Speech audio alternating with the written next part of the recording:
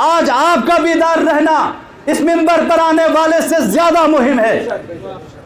आप बेदार रहिए, आपकी आंखें खुली रहे कि कौन क्या कह रहा है, चुपचाप मत सुनिए।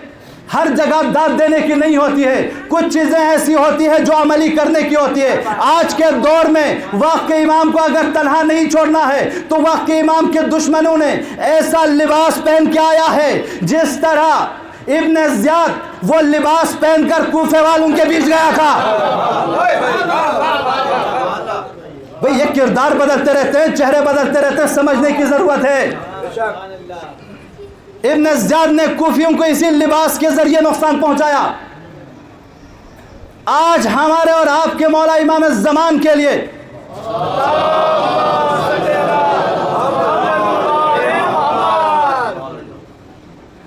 जो खतरा है वो ऐसे दुश्मनों की है कि मौला के अज़ादारों के लिबास पहन क्या है, मौला के दीनदार उलमा के लिबास पहन क्या है, तो बड़ा सख्त हो गया। आज के दौर में दुश्मन का तशखीस करना बड़ा सख्त हो गया। लिहाजा जवानों, बुजुर्गों, आप लोगों से मेरे 10 बस्ता गुजारिश है कि रोज़ाना कुरान पढ़वाइए। आप नहीं पढ़ सकते तो बच्चे से पढ़वाइए। बच्चे से कहिए कि आज से बैठो, हिंदी में, उर्दू में, इंग्लिश में, जिस जबान में तुझे आता है कुरान पढ़ ले बेटा, इसलिए कि नजात इसके बगैर नहीं है। और दूसरी चीज़, वक्त के इमाम के बारे में लिखी गई किताब अपने पास रखा जाए और रोज़ाना सोने से पहले या उठने के बाद यह दस्तूर बनाया जाए ख़ानदान का, हमारे आज़ादार, कि अब मौला की कुछ हदीस, कुछ बातें, कुछ वाक़यात, मौला के अलाई में ज़ुहूर क्या है, मौला कब तशरीफ़ लाएंगे, मौला जब तशरीफ़ लाएंगे तो क्या होगा, वो सब हम और आप जानेंगे तो तहबीत तड़प बढ़ेगी। हम और आपको पता ही नहीं मौला है कि करना क्या है। बिलफर्ज आज के इस आज़ा खाने में मौला इमाम ज़मान तशरीफ़ ले आए।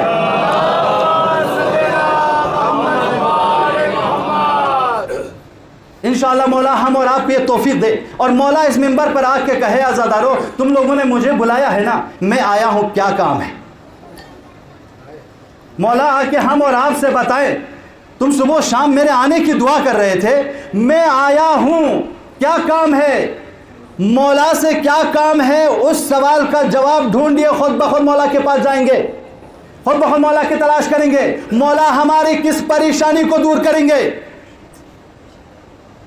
मौला हमारी किस मुश्किल को दूर करेंगे, ये तभी आप जवाब दे पाएंगे जब मौला के बारे में पढ़ेंगे। लिहाजा जवानों, मौला को तन्हा मत छोड़ो अपनी तालीमात के जरिए।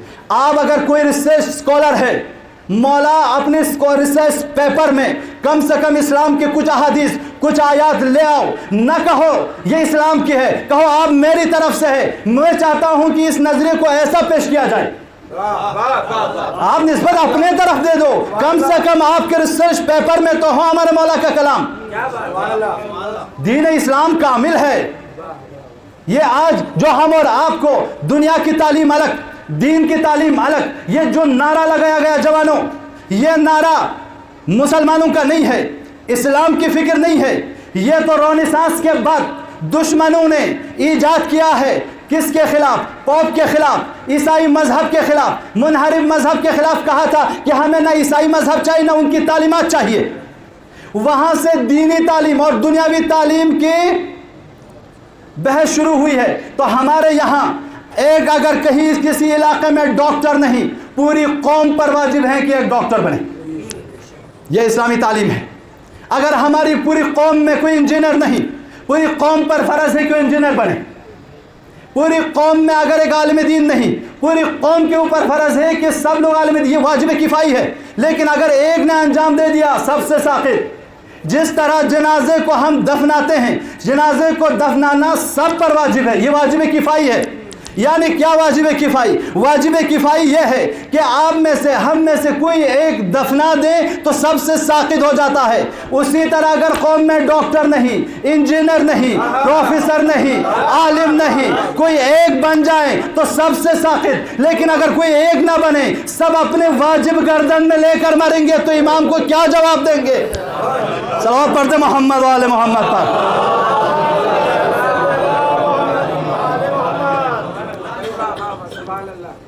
अज़ीज़ान गिरामी, आप स्कूल में जाते हैं, जवान बच्चों स्कूल में जाते हैं, स्कूल की तालीम इबादत है।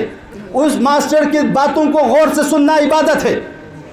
आप यूनिवर्सिटीज में जाते हैं, प्रोफेसर और लेक्चरर की बात को गौर से सुनना इबादत है। जिस तरह इस फर्श आज़ा पर शोरा को, मर्सिया खानों को, उलमा को, खुतबा को सुनते हो, ये इबादत है। इस्लाम की निगाह में स्कूल में जाना, यूनिवर्सिटीज में जाना, तालीम हासिल करना, प्रोफेसर के सामने उसकी बात गौर से सुनना, वो भी इबादत है। जरूरी है। लिहाजा उस वक्त हमारा प्रोफेसर जब समझेगा कि मैं इबादत कर रहा हूं तो वो सही पढ़ाएगा। हमारा बच्चा इस नीयत से जाएगा कि मैं इबादत कर रहा हूं तो उसमें खुलूस होगा।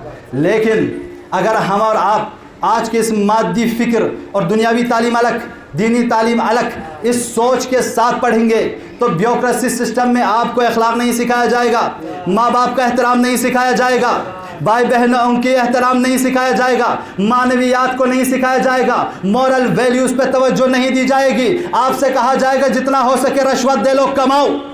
आपसे कहा जाएगा शराबखोर बनाओ, आपसे कहा जाएगा रिबाखोर बनो। लिहाजा अगर उस सिस्टम के तहत चल गए, हमारे जवान, हमारे दोस्त शायद करोड़ों लाखों प्रॉपर्टी के मालिक बन जाएंगे। यहूदियों ईसाइयों की तरह सूद खा खा कर शायद हम और आप बैंक बैलेंस तो बढ़ा देंगे, लेकिन हमारे घर में, हमारे खानदान में, हमारे मोहल्लों में न कोई अमन होगा, न कोई आसाइश होगा, न कोई ईसार की बात करेगा, न कोई कुर्बानी की बात करेगा। सल्लल्लाहु मोहम्मद वाले मोहम्मद।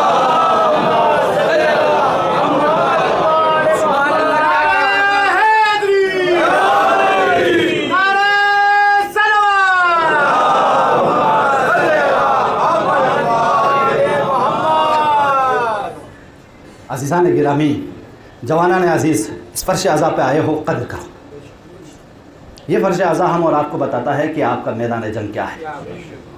आज हमारे जवान बेहतरीन स्कॉलर बने, बेहतरीन तालीम याफ्ता बने। अल्हम्दुलिल्लाह हमारे जवान बहुत तरक्की कर रहे हैं, बहुत आगे बढ़ रहे। हम जिस कौम से हमारा ताल्लुक़ है, शहर कारगिल के कोई ख़ानदान ऐसा नज़र नहीं आएगा जहाँ पे ग्रेजुएट या पोस्ट ग्रेजुएट के लोग नहीं हो। कोई ख़ानदान ऐसा नज़र नहीं आएगा जहाँ पे पढ़े लिखे ना हो। हमारे बहुत से जवान 200 के करीब अभी वहाँ की आबादी इतनी नहीं है, PhD स्कॉलर हैं।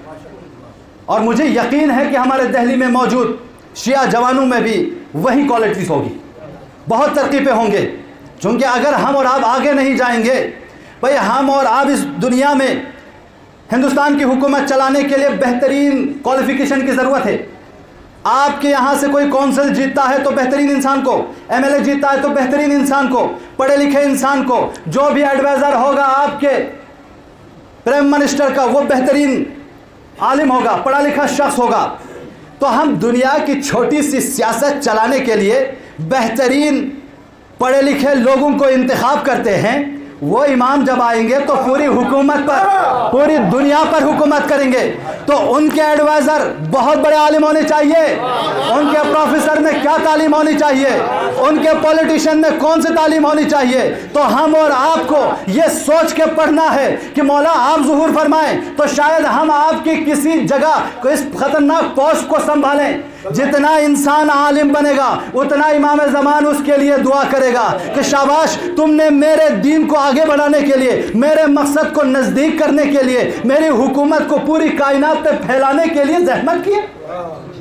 तो हमारे अहले इल्म का एहतराम किया जाए, हमारे प्रोफेसर हजरात का एहतराम किया जाए, हमारे असातीद और टीचर हजरात का एहतराम किया जाए, हमारे पॉलिटिशियन जो पॉलिटिक्स में है, जो बेहतरीन हक अदा कर रहे हैं, उनका एहतराम किया जाए, वकील हजरात का एहतराम किया जाए। क्यों?